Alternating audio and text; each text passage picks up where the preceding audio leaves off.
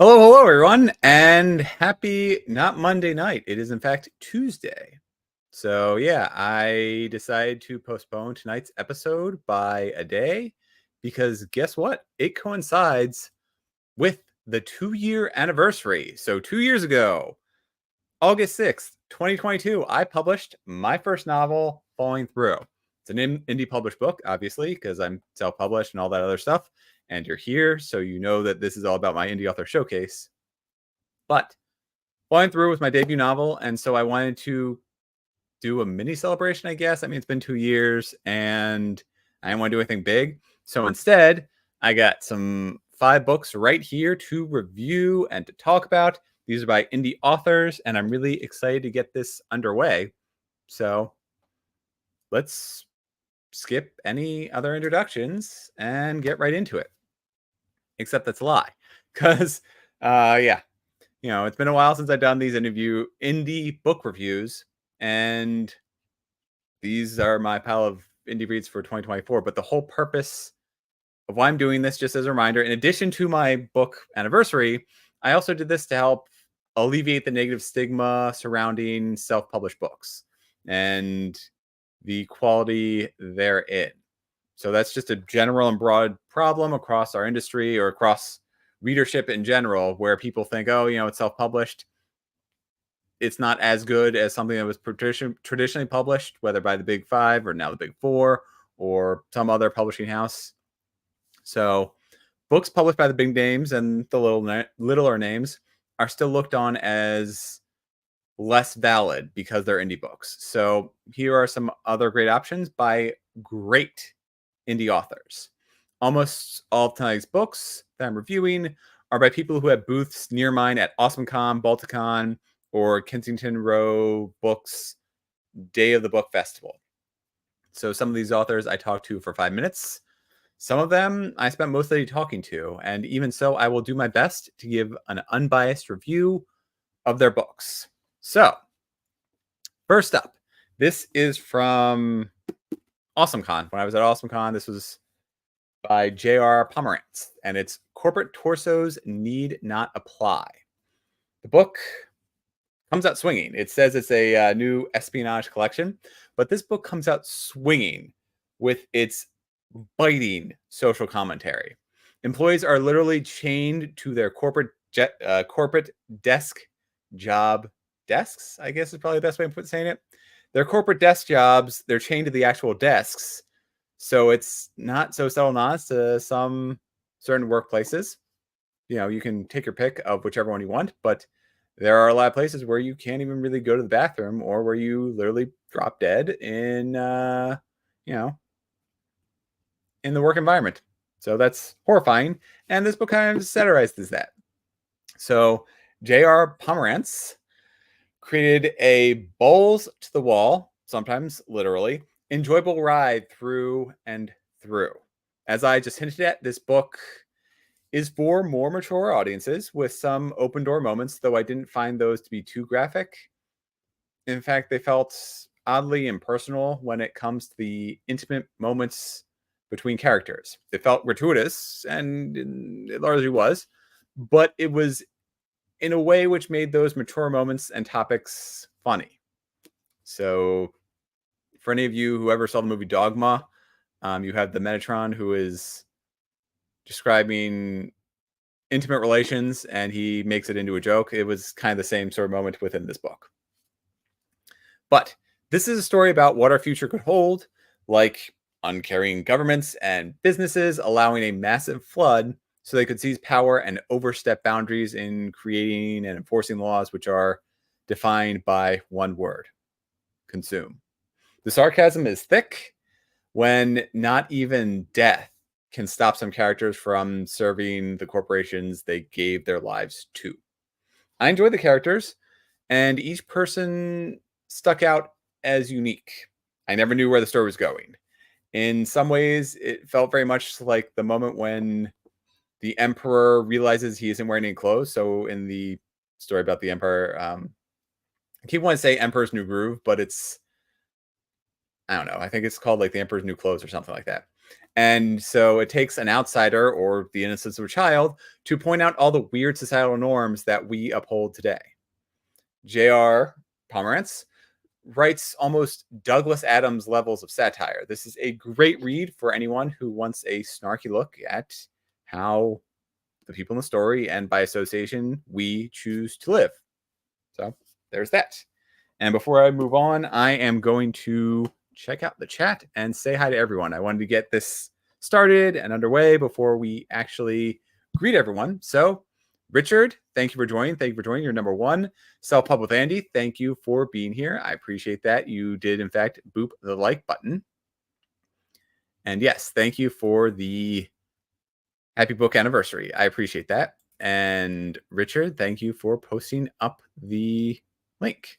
Felicia, thank you for joining us. Happy Tuesday. Yes, indeed, it is Tuesday. Today is not Monday, which is when I normally host my show. So it's a little bit thrown off.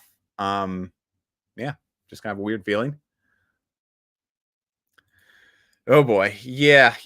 I forget how many hours in the week there are, but there was one week where Adriana worked 106 hours, I think. Something gratuitous and obscene in terms of the hours that that were worked. And yeah, not surprisingly, she got very, very sick from that. So that's fun.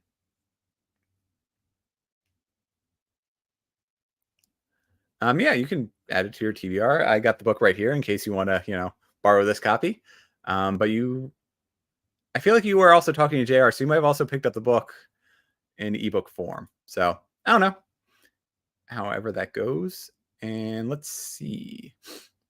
Is there even 200? Okay, fine. We'll do the math really quickly. So there are 24 hours in a week times 7. So what does that come out to? There's 168. So I said she worked 106 or 7. Sorry, 106 or 108 hours, but I think that might have undershot it because I feel like she only had the time to go back home and like sleep, but not the full 8 hours. So yeah, I feel like my math is off and actually undershooting how much she actually worked that week. So yeah, definitely over 100 hours of work that week. Yeah, cool. So she corrected me. 110 hours in 1 week out of 168. So yeah. And by the way, I do complain when I hit 60 hours a week or the rare 80. Those are excessive situations, but I am much more likely to work a 45 and or max 50, depending on what's going on. So fun times. Now, book number 2 is Sullivan Storm Chaser by Jason Abofsky. Yeah, Abofsky. Sorry, I thought there was an R in there for some reason. Yeah, so we got this nice little cover. You can see, well, you can't see it very well, but you have this woman with a little glowing stone on her head, and you have this spaceship in the background. So not surprisingly, this is science fiction. So there's that. And this is a science fiction world which depicts a future where 3 races who all have one common ancestor are in an unsteady alliance. So one race who have the gems in their foreheads, they rely on magic. One race who has cybernetics embedded into their eye relies on technology. And then the last race is more militaristic and they have wings. And they might be physically stronger than the others. It was questionable. But there was a recent war between them, say within the last, I don't know, about 20 years or so, that led to the current tumultuous time of peace. Not surprisingly, given that a story needs to happen, that peace doesn't last. Despite this being in the far future, Jason Abofsky creates a world that's a good mirror to our own. Certain scenes felt like they were crafted from recent headlines, which is unfortunate because there's a lot of there's some pretty violent moments in here, and I don't want to say that this book will be necessarily triggering, but there is definitely instances of racism, which I know it's science fiction, so all the races are technically, made up. But at the same time, some of them do feel like they hit home to hot button issues of, like I said, our current headlines. So The world building is lush, and the character emotions are well conveyed. This story has plenty of tense political drama as we're seeing the conflicts from every side through multiple POVs. So, as I mentioned, there are 3 different races. There's actually more than that, but we get a point of view from each of them. So, there are several different points of view that we all get to. Sorry, there are several different points of view from different characters from different sides of the prelude to war. And so we get to see sort of what goes into that when political negotiations fall apart.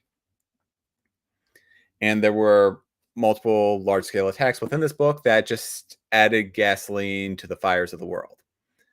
My only complaint is that I was expecting more. So, a certain character assumes the identities of those responsible for one of the major attacks based on nothing more than biases and racism without any evidence. And that specific plot point didn't come to a satisfying conclusion. As this is only the first book in the series, I look forward to the next novel to see where things go. But the mysteries within the story were enough to drive the plot, and the characters' realism made me care about them all the more.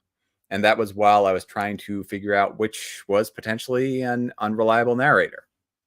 This would be a great book to pick up for fans of science fiction and space wars. Though this book doesn't have a war, well, it's not subtle from almost page 1 that war is coming. So I guess this might be the, I don't know, episode 3 to episode 4 in Star Wars. Episode 3 compared to the episode 4 of A New Hope in Star Wars, where there is kind of a war on the way. Next up, number 3, Monsters Among Us by John L. French. This was a Balticon pickup. Actually, sorry. Let me go back to this one. This one was from Kensington Row Bookshop's Day of the Book. So, again, all these are local, but this was supporting a local bookshop who puts on an incredible festival. It's really surprising. There were hundreds of booths. There were live bands. There were performances. They go all out every year, which is kind of insane. And yeah, that's where I got this book from. One of the guys at a booth next to me. Like I said, this one, Monsters Among Us by John L. French, I picked up at Balticon. And much like how Dresden protects Chicago from the supernatural world, Bianca Jones is a detective who does the same for Baltimore. Now, I know Dresden is not a detective in any way. He's just a wizard for hire, but it's the same sort of feeling where he's a wizard trying to make it through in the world, and she is a detective trying to solve supernatural cases in Baltimore. And this is the second mainline book starring Bianca Jones, but there are plenty of side novels which include short stories about her. All that to say, this book carried on with a story it began in the first in the series. While there were some characters I didn't recognize, the story bridged the gap and showed me, rather than told me, who those people are and why they're important. So you have the forensic person, you have the person, running the DNA samples, you have her, Bianca Jones's boyfriend who owns a magic shop, but was, doing all types of stuff before then. And they reference all of it. So you get all the context you need for who these people are and why they're important. Now, slight spoiler alert, but come for the first book, obviously, not for the second. Coming off an uneasy victory from the first novel, Bianca Jones is wary of the next threats from the afterlife. She's doing everything she can to prepare as best she can and prepare a team, but the stakes continue to only get more intense as Bianca accumulates more and more people she cares about. And there's a villain introduced who capitalizes on that to a malicious degree. John L. French builds his knowledge of Baltimore and forensics on every page. I recognized a few of the places described and felt for the enemies the heroes faced, human or otherwise, because of how well he was writing. Now, not all of them, some of them are just absolute sociopaths, but there were a couple moments where you think, hey, maybe this person, this villain, criminal, could work towards redemption. And I'll let it up to you to see whether or not they went that route. Now, I don't want to give away too many details about the story or the first in the series. Suffice to say, Bianca Jones defeated a very powerful enemy in the first novel. This means not only is that enemy out for revenge, but new threats are looking to make a name for themselves by defeating Bianca, or to get into that villain's good graces. So fans of hard-hitting detective stories where detectives stop the things that go bump in the night should look no further than Bianca Jones and the Monsters Among Us. All right, and let's see the chat. Huh? Look at that. Hey. Oh boy. Oh, cool. Eloise, hey, thank you for joining in. And let's see. Yeah, I kind of agree with that. It was the least crap of the prequels. That is a true statement. It's also, so I think I heard the way it was described was the first two movies had about 15% of the plot of the first prequel trilogies, and so then you have this leftover 85% that was put into the third movie, Episode 3, Revenge of the Sith. And so you have twice the runtime to deal with maybe a fifth of the plot. So fun times. And yes, thank you, Richard, for translating into UK English. You're probably talking about the first novel that I was talking about. No, there's no vice president in there who is cackling inappropriately.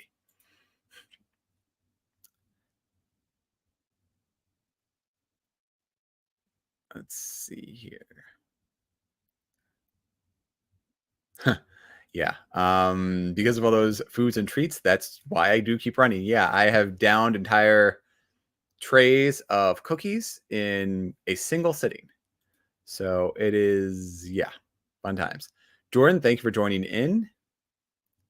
And let me see here. Sorry, I can't remember. So Felicia, thank you for also being here too. I appreciate you all coming in, and you're awesome for joining everyone on this Tuesday night. I think I said hi when I was passing through the comments, but if I wasn't, thank you.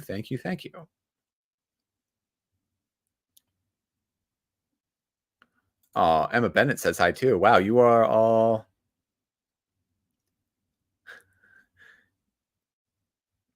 looking out for each other. I appreciate that. Good job. Careful one. So how come? Yes, we are quite malicious in our social commentary. Ooh, yeah, there are some pretty elaborate foods, and yes, the macarons were fantastic. Oh, hey, I'm Yvette. Thank you for joining in. What? Andy, no! That's terrible. I have to re-question everything I think about your interests and your likes versus your dislikes. 4, 5, and 6 are the only ones that matter out of the 9. But that's my opinion, and you are entitled to your own. So we can just agree to disagree. Yes, thank you. You just said it best.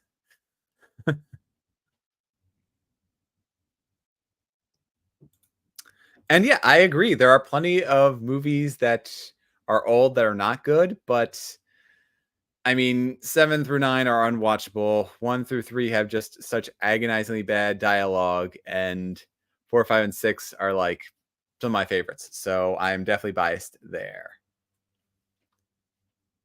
Ooh. Those are fighting words, Andy. 7, 8, and 9 are blasphemous and egregious in all accounts.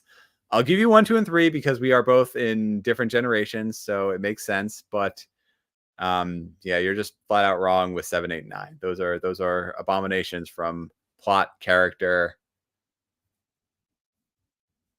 special effects. I mean, really, just everything in them was bad. 7 is a lesser version of 4. 8 raised some interesting topics that just never delivered because the changing of the guard and the people who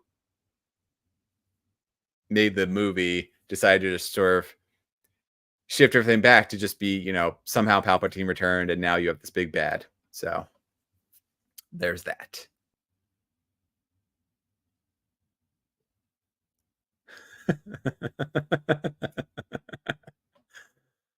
Yeah, you will never convince me that 4, 5, and 6 are bad. In fact, I'm starting to play Star Wars Battlefront 2 from the original PS2 because, again, going back to how some old things are better, the PlayStation 4 versions of those are just really bad thanks to the loot box mechanics that are in them and a whole bunch of other things. So, yeah. And yes, Emma has a new book out. So it's all about helping writers write. And hey, Margaret, thank you for joining in. It's cool that you're here. Yeah, you're right. So technically, the special effects in 7 are better than 4, but the movie itself is just terrible. Anyways, back on topic, and we have number 4, Techno Paladin by Elizabeth Corrigan. Now, this one I think I got at MagFest, which is a video game, not really conference, but a video game festival, which is local to me. That's over at the National Harbor. Yeah, National Harbor. So right on the other side of the Potomac at the Gaylord Hotel. It's really big. They got multiple floors. It's a lot of fun, really, to just sit there and play old school video games. They have an arcade. They have new games that are, indie developed video games, which, I obviously fully support. And it's just fun to check it out. And sometimes my friends show up and we play video games too. Sometimes I got a friend who plays in a quartet who also plays at MagFest and a bunch of other places as well too. Anyways, Techno Paladin by Elizabeth Corrigan. So this novel created an interesting premise where elite soldiers maintain the peace of their city thanks to advanced technology. As the name implies, and you can kind of see on the cover, you have this is a Techno Paladin, so you have a whole bunch of future technology, for lack of a better word, that is thrown on top of a very athletic and combat-ready person. Honestly, this is going to sound a little bit derogatory, but it did feel vaguely like Demolition Man, except that instead of inept police, the enforcers of Techno Paladin's world are overpowered and very capable of delivering harsh justice.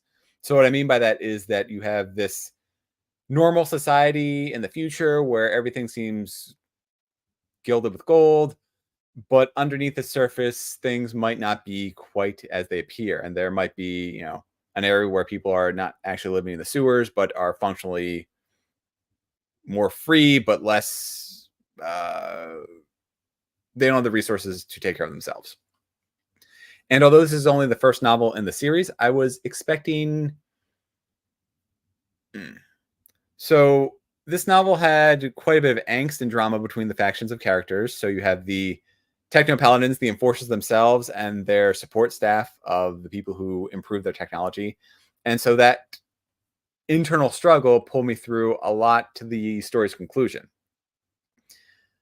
Now, I was expecting certain characters and themes hinted at throughout the novel to play a bigger role. I was a little bit disappointed that a villainous character was repeatedly mentioned, but not given any depth. So they were set up to be a major antagonist. They were a driving force for a lot of the main characters' decisions.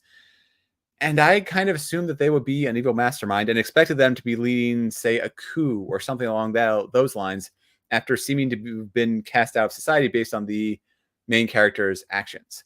And that would make the climax much more personal, which would have been fantastic.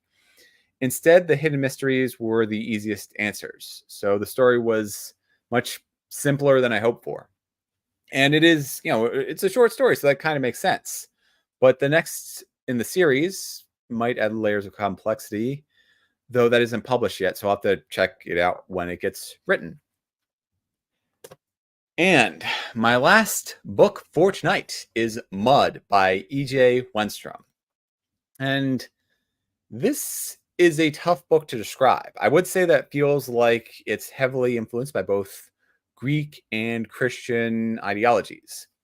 So you have this beautiful cover. This book is about the journey through the afterlife in order to retrieve a lost soul. In the background, this world is an apocalypse after a war between angels and demons. So that's where you get that heavy Christian mythology in there. And all the characters, all the narrator knows is the city they start in. And then there's this wasteland surrounding it. So they just kind of assume that everything outside of the city is not present, is gone, is done. But then an angel gives the main character this quest to retrieve a lost soul from a woman they loved. And the main character, by the way, is an unstoppable golem. And they began the story in a very, very violent killing some thieves. So the golem is bound to a magic box that he keeps in his possession. And if anyone touches or threatens that, he's compelled to kill them without mercy or hesitation. So he completely loses control of himself if someone so much as touches the box. And that becomes kind of a driving, I keep saying driving motivator, that influences a lot of his actions when he lowers his guard and people come close to him, and then they might reach out to touch it, and then he'll just, pull away, or he'll go out of his way to rearrange the scene. But in going on this quest, the golem hopes to gain a soul and become human. So they're no longer bound by those laws that are governing them, or the rules that are governing them, to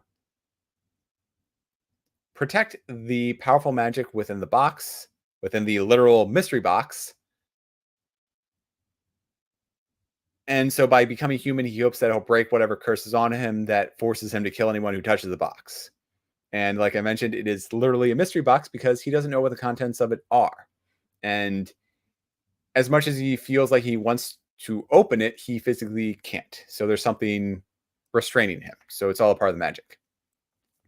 And E.J. Wenstrom created a journey to the underworld which felt fresh. So you have the backstory of this war between angels and demons, but the underworld felt very Mediterranean influenced. So you have kind of a Greek of the afterlife, or at least that's how it felt to me. It might be more along the lines of purgatory from, say, What Dreams May Come. But it was really interesting nonetheless. And as I was reading it, I felt like it was very Greek influenced. Now, the world itself is dark and feels on the brink of a major war. Yet the characters were mostly upbeat and determined to survive. I enjoyed the way the scenes moved, along with the vivid and dynamic characters as they developed for the years in which the story takes place. This was a highly enjoyable read, and it's one I picked up at AwesomeCon, actually. So, this is the fifth and final book. Those are the 5 books, the 5 indie books to consider reading. And I am Ben Pick. Thank you for joining me in Running to Write. If you enjoy my indie reviews, please press those like and subscribe buttons. Better yet, check out these stories on your own if you haven't already. So we got all 5 of these. They're a bit heavy after, But are any of you out there reading some indie books that you would like me to review in the future? Let me know in those comments. And I post my running and writing progress on Instagram and Twitter as Running to Write. So be sure to follow me and join with your own thoughts. If you want all the updates about a party I had for my dog, then sign up for my Running to Write monthly newsletter. I just sent it out on the 3rd. Well, I send it out on the 3rd of every month, but this past month's topic, so on Saturday, the topic was all about the Saturday beforehand, or maybe it was 2 Saturdays ago. I'm losing track of time. But I skipped my regular writedly musings within my newsletter to talk about Rufus and his Treats Day party. As it sounds, if you've been following the past few episodes of Running to Write, you'll understand why I wanted to host a fun day all about Rufus.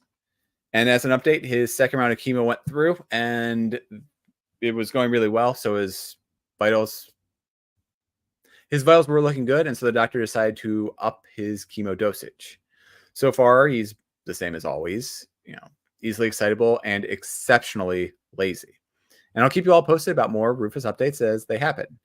So right now he is just indulging life as best he can. It's too hot out now, so we actually have kind of tapered off his afternoon walks.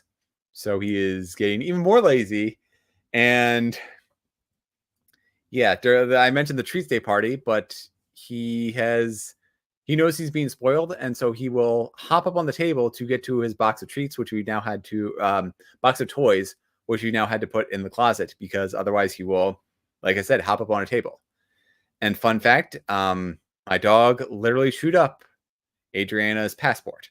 So it was an older version of the passport. We just renewed them, whatever. And yeah, so, the expression, my dog ate my homework. Well, my dog ate some of our important documentation. And before I head off, I am going to check out chat. Yep, Rube is doing really well. He is, as always, lazy, and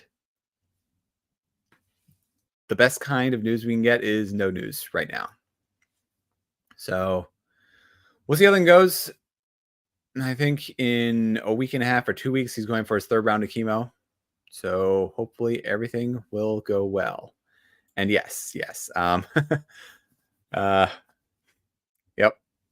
That is Rufus's thoughts on why he tried to eat passport. So with that, sorry. Next week. So this is 2 off schedule weeks in a row, but next week I'm going to be going back to my productivity sprints because it will be the 2nd Monday of the month. So I will get back to writing my novel in chapter 6, where the story has taken off. And I'm going to work on making some very interesting scenes, which I haven't had to write yet. So it'll be a fun chance to stretch my writing muscles. So with that in mind, I will be here at 6 p.m. Eastern time, so an hour earlier than usual. And so I hope you join me on Monday night, the 12th? Monday the 12th at 6 p.m. Eastern time. Yes, I am good at math. Yeah, so I hope you will all join me then, as it should be a lot of fun because we're going to be productive together. I will do 3 sprints. I think I do 30 minutes, then 20 minutes, then 20 minutes. But with that in mind,